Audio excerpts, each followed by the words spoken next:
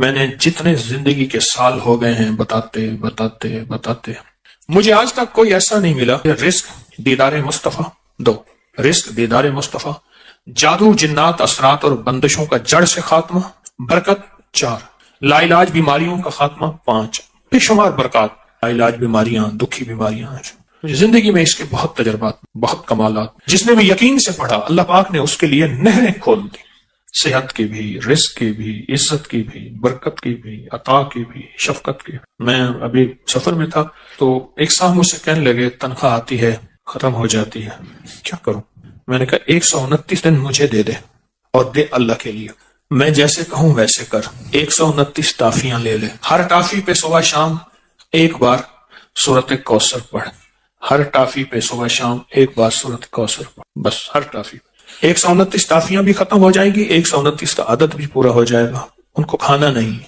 129 دن کے بعد ان ٹافیوں کو تقسیم کر دے بچوں میں، اول آخر ہر دفعہ 3 بار درود پاک اور ہر بار بسم اللہ الرحمن الرحیم ساتھ پڑھ۔ 129 دن مجھے دے ایسے کہ جس میں یقین ہو، دھیان ہو، توجہ ہو، یکسوئی ہو، دے ایسے، اور پھر دیکھ قدرت کے نظارے۔ مجھے ایک صاحب کہنے لگے میں نے یہ 129 دفعہ کا صبح شام کا عمل 129 دن کیا، کہا کہ ابھی 129 دن میں 2 دن باقی تھے، میں نے تاریخ لکھ کے رکھی تھی، ابھی 2 دن باقی تھے 129 دن میں، تو میں نے خواب دیکھا 129 فرشتے ہیں، ہر فرشتہ میرا ہاتھ تھام کے مجھے کوئی ایک برتن ہے وہ دینا چاہتا، آخر ان میں ایک طاقتور فرشتہ ان میں سبقت پا گیا، طاقتور فرشتہ، اس نے میرا ہاتھ تھاما اور ایک برتن دیا، کہا کہ برتن ایسے نرم تھا جیسے کوئی پھل ہوتا ہے، لیکن جب میں نے اس میں کھولا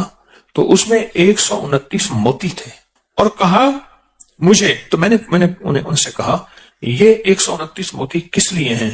کہا کہ تو نے جس یقین دھیان توجہ سے یہ عمل پڑھا، یہ 129 برکات عرشوں سے آئی ہیں، اور آگے جو لفظ کہا وہ ذرا سننے کا ہے، فرمایا جس کے لیے اللہ کی ایک برکت بھی آ جائے تو اللہ اس کی نسلوں کو پال کے دکھاتے ہیں، اور تیرے پاس 129 برکتیں آئی ہیں، اس کو سنبھال کے رکھنا اور اس کو پڑھنا نہ چھوڑنا۔ یہ نصیحت کی انہوں نے مجھے کہ اس کو پڑھنا نہ چھوڑنا اور اس کو سنبھال کے رکھنا۔ آپ خود سوچیں 129 بار سورۃ کوثر پڑھنے میں کتنا وقت لگتا ہے، 5 منٹ، 10 منٹ، 15 منٹ، 20 منٹ، 1 گھنٹہ، 2 گھنٹے، کتنے لگتے ہیں؟ ایک صاحب کہتے ہیں 8 منٹ، ایک کہتے ہیں 15 منٹ، 20 منٹ، چلو میں 20 منٹ لیتا ہوں۔ 24 گھنٹوں میں اگر 20 منٹ اپنی اور اپنی نسلوں کے لیے صبح دے دیں اور 20 منٹ اپنی اور اپنی نسلوں کے لیے شام کو دے دیں، سودا مہنگا ہے۔ ایک بات ذہن نشین رکھیے گا، آنے والا وقت اتنا مشکل ترین وقت آ سکتا ہے، اتنا مشکل ترین وقت کہ مہنگائی، روزی روٹی، رزق، انتہائی مشکل وقت ہے آنے والا۔ کوئی خوش قسمت انسان ہوگا جو آنے والے وقت میں کہے گا کہ میرا رزق کشادہ ہے، میرا رزق کشادہ ہے، میرا رزق کشادہ ہے، الا ما رحم ربی، جس پہ اس کی رحمت ہوگی کہ میرا رزق کشادہ ہے۔ چند سالوں میں جو مہنگائی ہوئی ہے، کیا یہ ہمارے گمان میں تھی، خیال میں تھی، سوچوں میں تھی؟ یہ بادشاہ کا قصور تو نہیں ہے، یہ تو عرشوں سے فیصلے ہوئے ہیں۔ میں ایک آپ کو یقینی بات بتاؤں، آپ اس مہنگائی سے نہیں گزر رہے جس مہنگائی سے دنیا کے ملک گزر رہے ہیں، یہ میری بات حقیقت ہے۔ جب انسان باہر نکلتا ہے پتہ چلتا ہے یہ کیا، جس پہ اللہ چاہے اس میں مہنگائی کا اثر ہی نہ ہو۔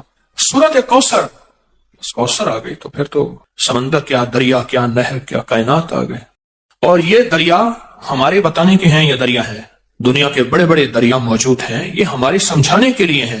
جو اللہ کے خزانے کے دریا ہیں وہ کون پہچان سکتا ہے، وہ کون جان سکتا ہے، وہ کس کی سمجھ میں آ سکتی ہے کہ اللہ کے خزانے میں کتنے بڑے دریا ہیں۔ آپ کی زبان پہ سورۃ کوثر آئی ہے تو معلوم ہوا کہ اللہ کوثر کے خزانے آپ کو دینا چاہتے ہیں تو زبان پہ جاری کیا ہے۔ عطا اس وقت ہوتی ہے جب اوپر سے شفقت ہوتی ہے، اور جب شفقت ہوتی ہے پھر عطا ہوتی ہے۔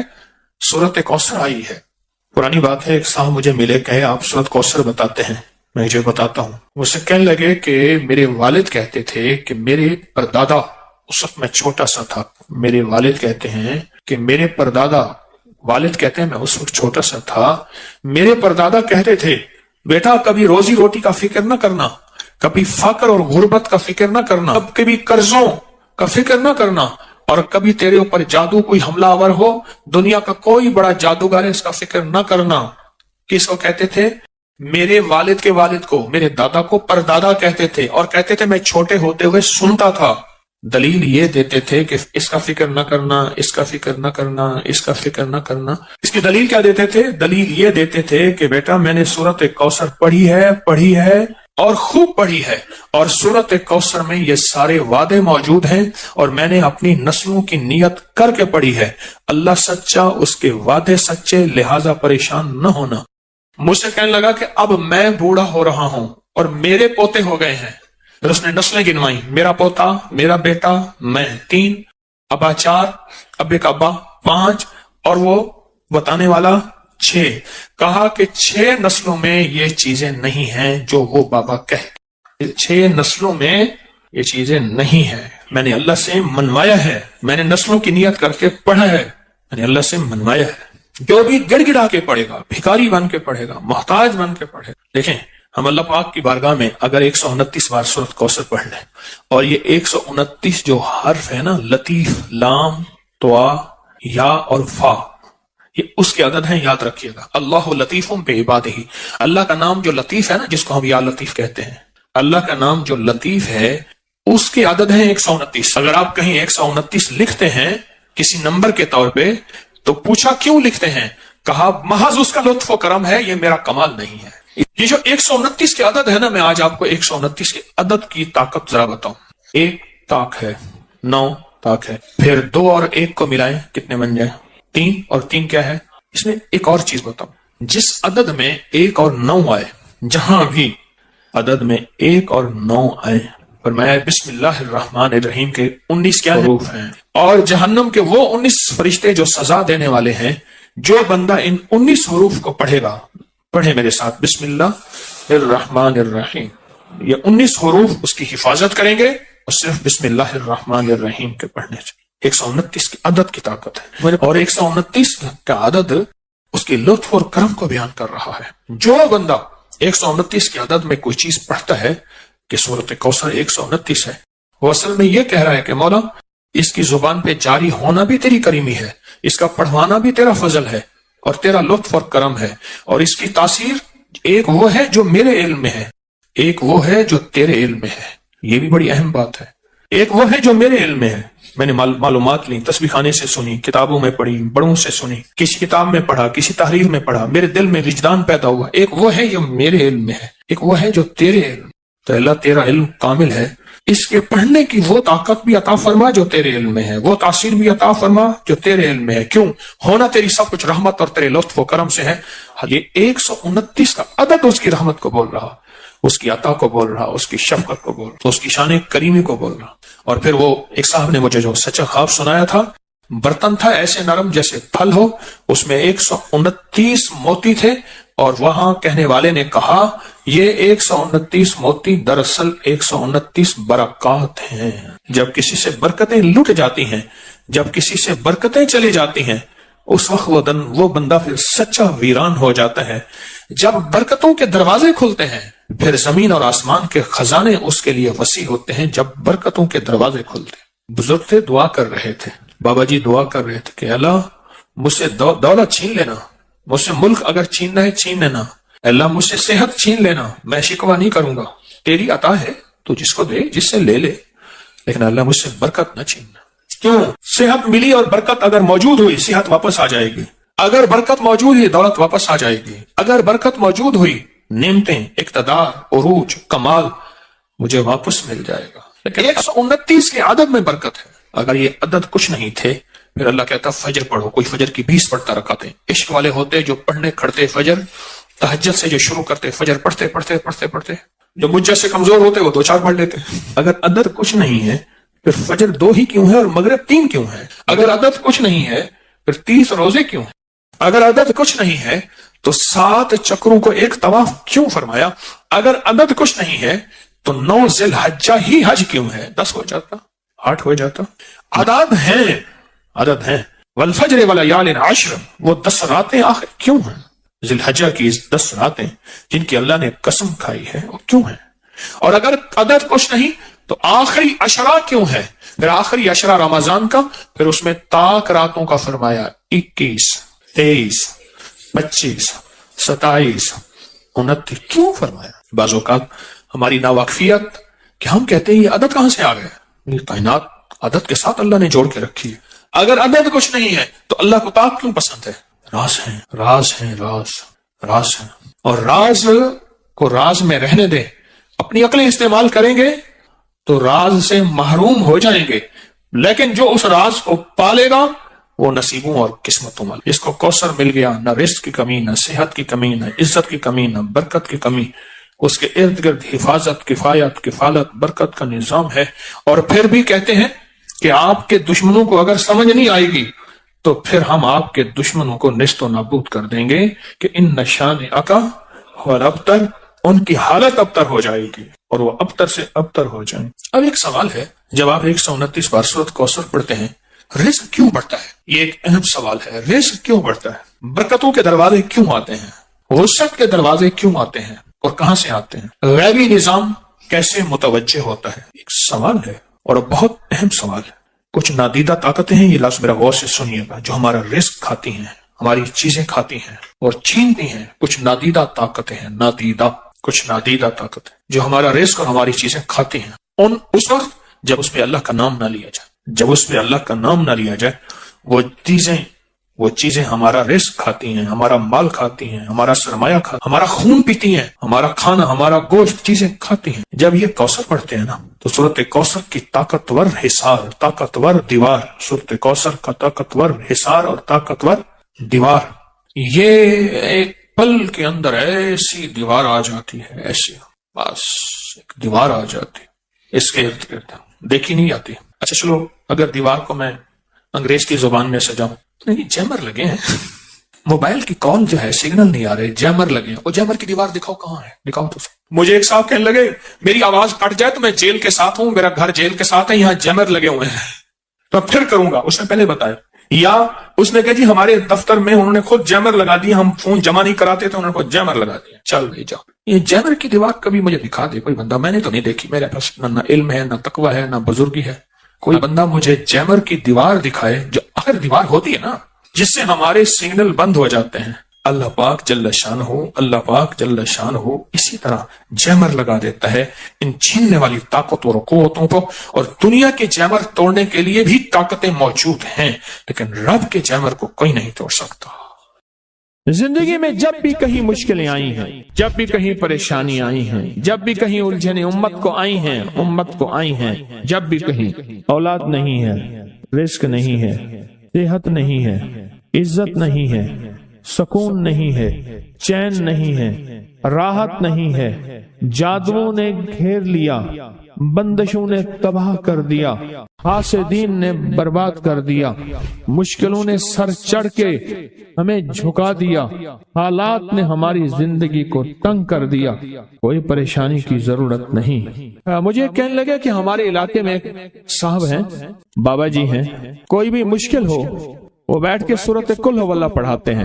ان کے پاس 7 کھانے لے جانے پڑتے ہیں، 7 کھانے لے جانے پڑتے ہیں، وہ سورۃ قل ہو اللہ پڑھاتے ہیں بٹھا کے بندوں کو، اور ان کے لیے کھانے ضروری ہیں، کھانے اچھے ہوں، ایک سوٹ ہو، 7 کھانے ہوں، ایک خوبصورت تکیہ ہو، ایک کھیس اچھا بہترین بچھونا ہو، ایک بسترے کی چادر ہو، اور 7 کھانے ہوں۔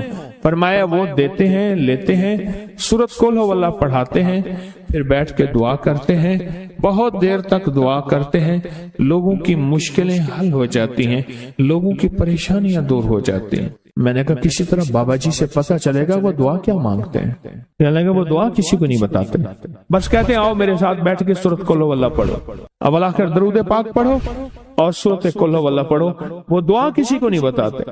میں نے کہا کسی طرح پتہ کر وہ دعا کسی کو تجھے بتا دے۔ اس نے کہا پتہ کروں گا۔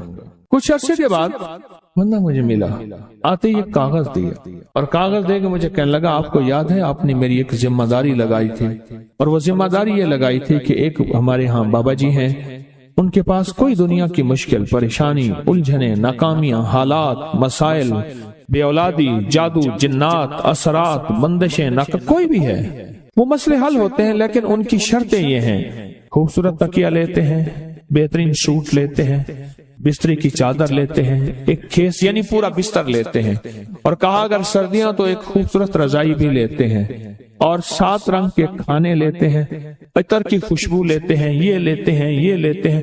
وہ پھر آپ چھوڑ کے آ جائیں، وہ ان کے ہوتے ہیں، بس آپ کو وہ دعا دے دیتے ہیں اور بٹھا کے سورۃ قل هو اللہ پڑھتے ہیں۔ میں نے کہا کس طرح پتہ کر کے یہ عمل کیا ہے؟ پتہ کر یہ عمل کیا ہے؟ اس نے آیا نا تو اس نے مجھے خط دیا، اور خط دیتے ہی اس نے کہا کہ میں نے پتہ کیا ہے اس عمل کا کسی طرح سے۔ ان کے گھر کی ایک خاتون ہماری خواتین سے نسبت تھی، انہوں نے بتایا ہے وہ ساری سورۃ قل هو اللہ وہ حضور کے گھرانے کو اس بارگاہ میں پیش کرتے ہیں، ان ہستیوں کو پیش کرتے ہیں، ان ہستیوں کو پیش کرنے کے بعد پھر ان کے وسیلے سے دعا کرتے ہیں اور کہتے ہیں آپ بھی ہمارے لیے دعا فرمائیں۔ یہ کہنا شرک نہیں ہے، خیال کرنا، میں امت کو شرک پہ نہیں لگا رہا، بدعت پہ نہیں لگا رہا۔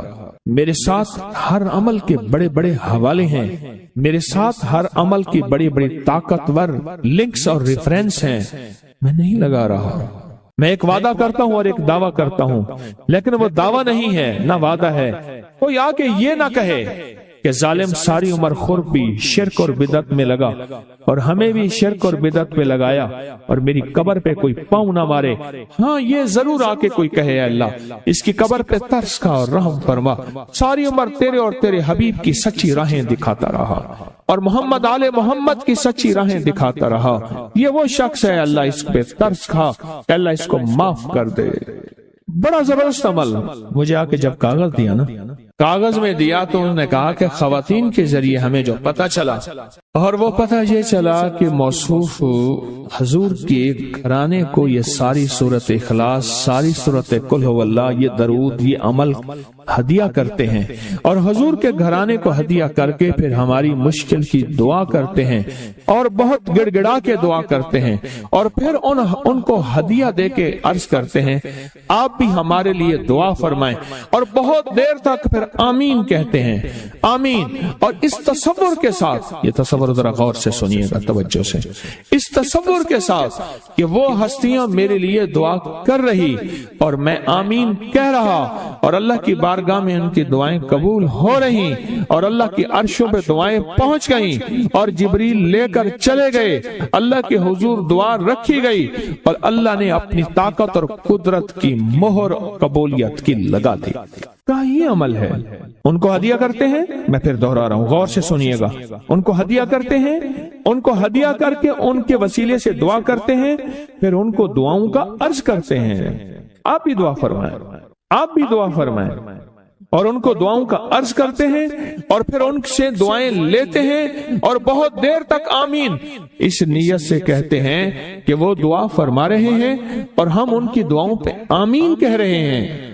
یہ ہمارے اکابر کا عمل ہے، یہ ہمارے بڑوں کا عمل ہے، یہ ہماری بڑی بڑی ہستیوں کے عمل ہیں۔ میں اس لیے کہہ رہا ہوں میری کوشش ہوگی کبھی آپ کو شرک اور بدعت پہ نہ لگاؤں، میں اس لیے کہہ رہا ہوں میری کوشش ہوگی امت کو وہ خیر کے عمل بتاؤں جو عموماً لوگ چھپا کے چلے جاتے ہیں، جو عموماً لوگ اپنے تک رکھتے ہیں۔ میری کوشش ہوگی میں نے آج تک حضور کے گھرانے کو ہدیہ پیش کیا ہو، میں نے آج تک حضور کے گھرانے کو تحفہ پیش کیا ہو، میں نے آج تک حضور کے گھرانے کو نذرانہ پیش کیا ہو، اور حضور کے گھرانے کی طرف سے مجھے خالی ہاتھ لوٹایا گیا ہو۔ ممکن ہی نہیں، ممکن ہی نہیں کہ خالی ہاتھ لوٹایا گیا۔ حضور کے گھرانے کے ساتھ ساری کائنات کی محبتیں ہیں، حضور کے گھرانے کے ساتھ ساری کائنات کا تعلق ہے، اور یاد رکھنا انسان بعض اوقات اپنا غم برداشت کر جاتا ہے، اپنی اولاد کا غم برداشت نہیں کرتا، اور بعض اوقات اپنے معاملے میں معاف کر دیتا ہے، اولاد کے معاملے میں بہت غم دل کو کھا جاتا ہے۔ میرے حضور کے گھرانے کو جو ہدیہ دے گا، میرے حضور کے گھرانے کو جو تحفے دے گا، میرے حضور کے گھرانے کو جو اعمال دے گا، حضور کے گھرانے کو یہ ہدیے، یہ اعمال، یہ تحفے زندگی بھر اس کو سرنگو نہیں ہونے دیں گے، زندگی بھر اس کو ناکام نہیں ہونے دیں گے، اور زندگی بھر اس کو کامیاب۔ 2 تسبیح صبح، 2 تسبیح شام سورۃ اخلاص کی، 2 تسبیح صبح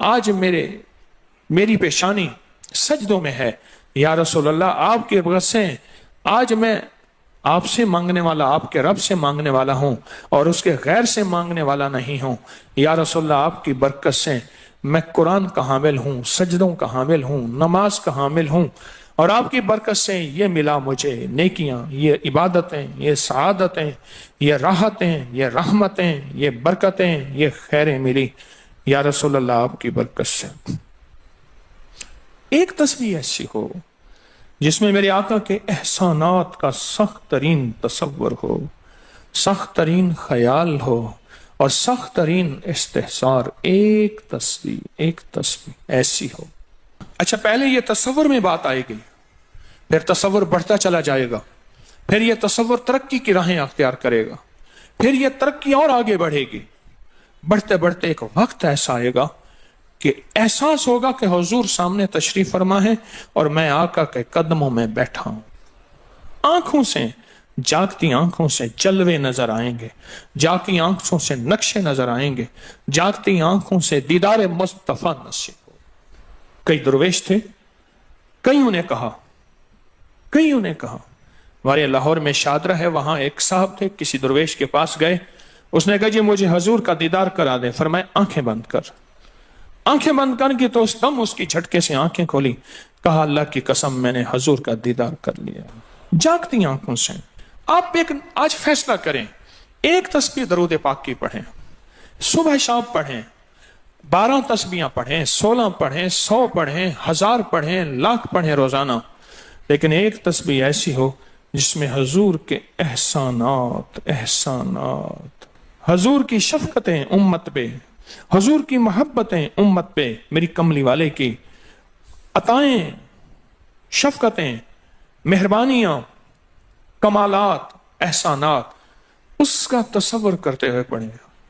پہلے تصور نہیں جمے گا، پھر آہستہ آہستہ یہ تصور توجہ میں تبدیل ہوگا، تصور توجہ میں تبدیل ہوگا، پھر یہ توجہ دھیان بن جائے گا، پھر دھیان اعتقاد بن جائے گا، ایقان کہتے ہیں جسے، پھر ایقان یقین کی شکل اختیار کرے گا۔ جب یقین بنے گا نا، پھر ایسے اللہم صلی علی پڑھیں گے اور صلی علی کے سارے نقشے سامنے آ جائے گا، صلی علی کے سارے نقشے سامنے آ جائیں، ساری کیفیتیں سامنے آ جائیں گے۔ ایسے لوگوں کو سنو جو فائدہ ہوتا ہے وہ طی الارض حاصل ہو جاتا ہے، ایسے لوگوں کو طی الارض حاصل ہو جاتا ہے۔ طی الارض یہ ہے کہ اللہ کے بعض اولیاء بندے ایسے ہیں، وہ پہلا قدم اٹھاتے ہیں تو دوسرا قدم 1400 میل کا ہوتا ہے۔ پہلا قدم کے بعد جب دوسرا قدم، وہ 1400 میل کا۔ طی الارض کی آج میں نے آپ کو بنیاد بتا دی، وہ میرے آقا کی محبتیں اور میرے آقا کے احسانات اور میرے کملی والے کے احسانات کا تصور کر کے استحضار قلبی، استحضار لسانی، یہ پڑھ کے درود پاک پڑھیں، زبان سے درود پاک پڑھیں، قبول، بے دہانی سے پڑھیں، قبول، درود ہے ہی ایسی عبادت، بے توجہ سے پڑھیں، قبول، مصروف زندگی میں پڑھیں، قبول، وضو پڑھیں، قبول، بے وضو پڑھیں، قبول، پر ایک تسبیح کوئی ایسی بھی پڑھ کے دیکھ لیں جو میری آخرت کا سامان بن جائے، اور دنیا میں مرنے سے پہلے اللہ میرے دل کی آنکھیں کھول دے، چہرے کی تو کھلی ہیں، اللہ دل کی کھول دے۔ ہاں، دل کی آنکھیں جس کی کھل جاتی ہیں وہ زندگی میں کامیاب، دنیا میں کامیاب، عزتوں کے تاج، شان و شوکت کے تاج، جس کی دل کی آنکھیں کھل جاتی ہیں، وہ نامراد بھی ہے نا تو بامراد ہو جاتا ہے۔ اور جو بندہ حضور کے احسانات کے ساتھ ایک تسبیح درود پاک کی پڑھے گا، وہ نامراد سے بامراد ہوگا۔ اور بامراد کیسے ہوگا؟ ذرا غور سے سنیں۔ بامراد کیسے ہوگا؟ ذرا غور سے سنیں۔ بامراد ایسے ہوگا کہ اللہ پاک اگر اس کی پیشانی پہ بدبختی، شقاوت، ذلت، لعنت لکھی ہے، اللہ درود پاک استحضار سے پڑھنے کی برکت سے اس کی پیشانی پہ رحمت، عطا اور شفقت، مہربانی، محبت اور کرم لکھ دیتا ہے۔ ایک تسبیح ایسی پڑھ لیں جس ایک تسبیح پہ استحضار ہو، دل کی کیفیتیں، دل کی گہرائیاں ہوں، جسے ایک تسبیح پہ، اس ایک تسبیح کے بعد پھر آپ اپنے وجود کو دیکھیں. ایک فائدہ اور ہوگا جو جنہوں نے یہ عمل کیا انہوں نے بتایا. ایک فائدہ اور ہوگا, وہ فائدہ یہ ہوگا کہ جسم ہواؤں میں تحلیل ہو جائے گا. یہ وجود ختم ہو جائے گا, یہ جو موجودہ وجود ہے. دیکھیں آپ جو خواب دیکھتے ہیں نا, وہ بھی آپ کا وجود ہوتا ہے, وہ روح کی دنیا کا وجود ہوتا ہے, یہ تن اور من کی دنیا کا وجود ہے. اس وجود کو فنا ہے, روح کی دنیا کے وجود کو فنا نہیں ہے, بقا ہے. پھر آپ کو روح کی دنیا کا وجود ملے گا.